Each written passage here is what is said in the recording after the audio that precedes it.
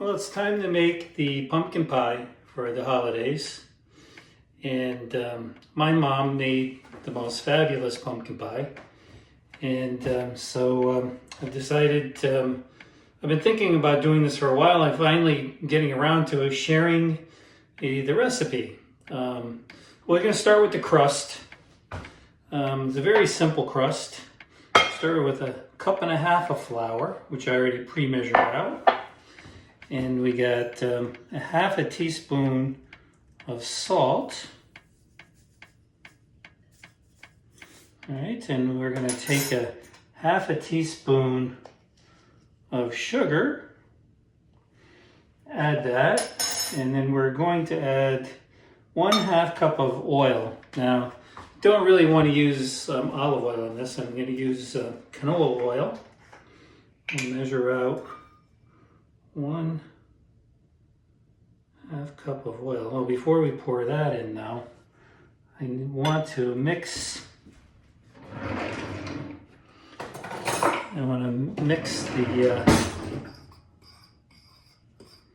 flour and the salt and get that all mixed up. Get that kind of all mixed in there. And also, I want to put in close for 3 tablespoons or 3 teaspoons of milk in the crust. I use half and half. This 1, 2, 3. Okay, and now it's time to add the oil after everything's kind of been mixed up. So we'll add the oil.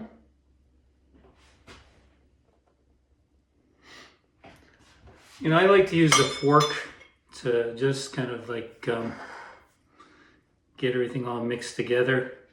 Once it gets close, I will wash my hands and I will work that in with my hands to get it all worked together, you know, to get everything all mixed together nicely.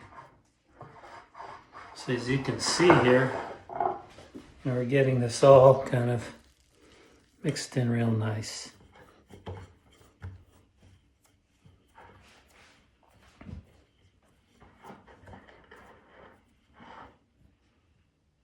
Now that I have the pie dish completely covered with the crust on the bottom, I like to take a little bit of cinnamon and I'll put a little cinnamon on top of the crust before I add the filling. That's very nice. Okay, so now we can put the crust safely aside. And so my mother's original recipe called for a cup of sugar. And over the course of years, I've experimented a little bit. I tried baking it with honey, and it worked, but it was a little tricky. So I came upon this. To replace 1 cup of sugar, so you can also do this recipe with 1 cup of sugar, I replaced it with 13 dates. So I have my Vitamix blender, and I'm gonna, instead of using a hand mixer, I'm gonna mix everything in the Vitamix blender because I know it's gonna mix everything together very well. So the next thing I want to add is cornstarch. That will take 1 teaspoon of cornstarch. And let me add that. Then I will add the 3 spices that I use are ground nutmeg, ground cinnamon, and ground ginger. And I will add a half a teaspoon of each of those spices. I put it a little even on the heavy side. 1/4 teaspoon, strong, I guess you could call it, of each of those spices. See, the recipe also calls for a quarter teaspoon, a half teaspoon of salt. So I have the salt here, half teaspoon of salt. And I've got a 12-ounce can of evaporated milk. Let me just add that.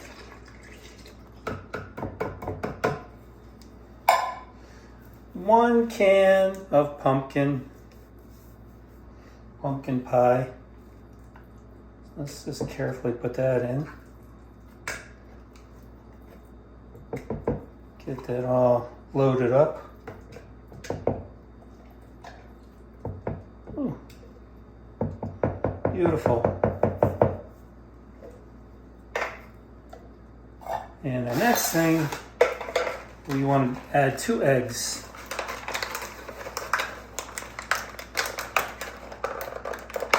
See if I can open this up without. There you go. I always buy organic eggs. I figure, how many pies am I making? There's 1 egg. 2 eggs.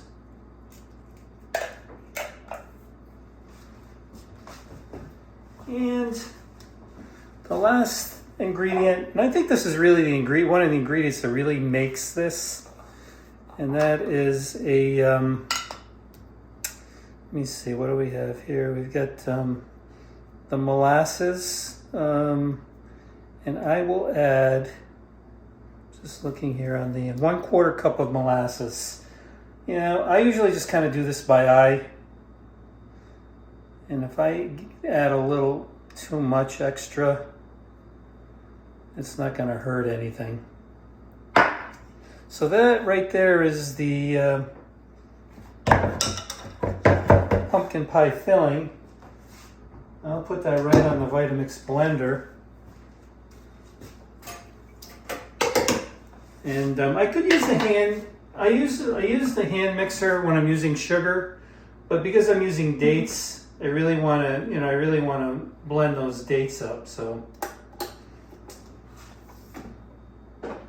get that plugged in.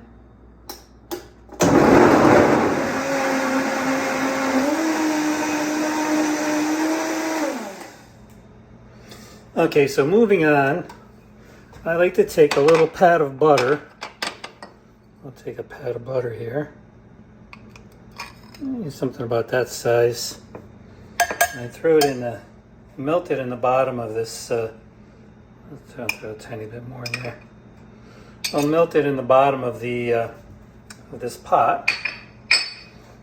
And once this gets melted, I will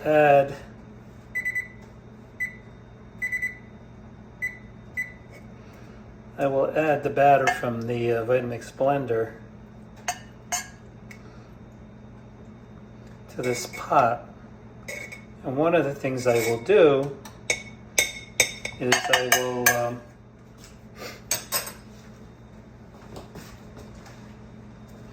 I'll warm the batter up a little bit before I put the pie in the oven. It cuts the baking time down a little bit. I use the spatula to get everything out.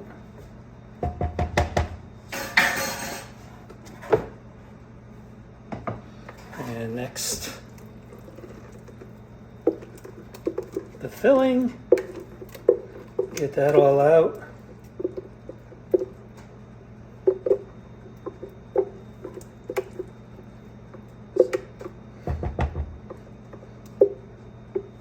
Okay, I really don't warm the filling up so it's too hot. Just a couple of minutes on the stove. So this, as soon as it starts to bubble, you want to take it off. So I just want to get that filling all in there. You can see what I'm doing here. Just getting all that nice filling right into the pot, right into the pie dish. And now we're ready to pop it in the oven. So here it goes. That beautiful pie. And right into the oven. And now, so we get about let's say 35 minutes. And then we'll baking it at 350. We'll give it a test and see how we're doing. Okay, 35 minutes later, I think we're in pretty good shape here.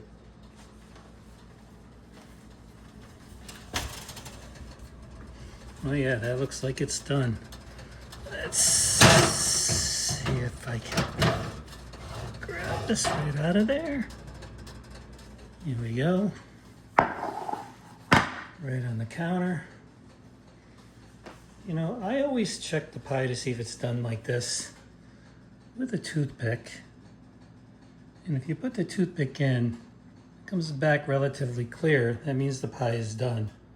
Now, the pie on the top looks a little swirly. I will say that because the dates have more substance than the sugar, the filling is a little chunkier. So it doesn't make the consistency of the taste any different.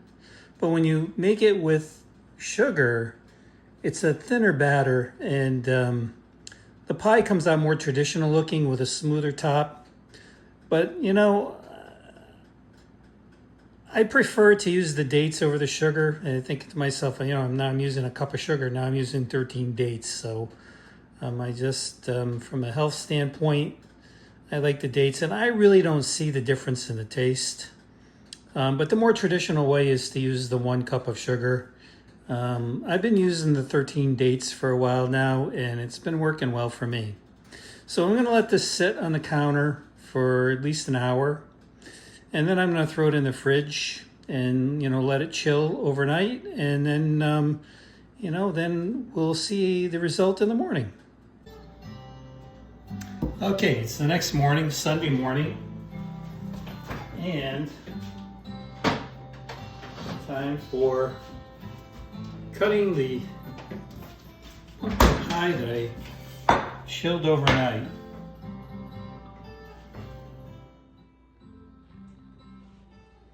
So here we go, pumpkin pie.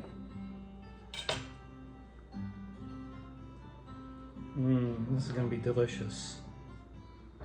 Get myself a nice piece here.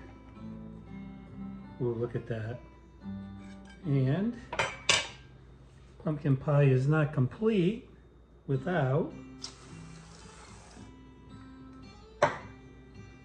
and also a nice cup of coffee to go with that. This is my lovely mother in the early 1960s. I'm doing Thanksgiving. I'm sure she made pumpkin pie that year, and this is the pumpkin pie recipe that she taught me.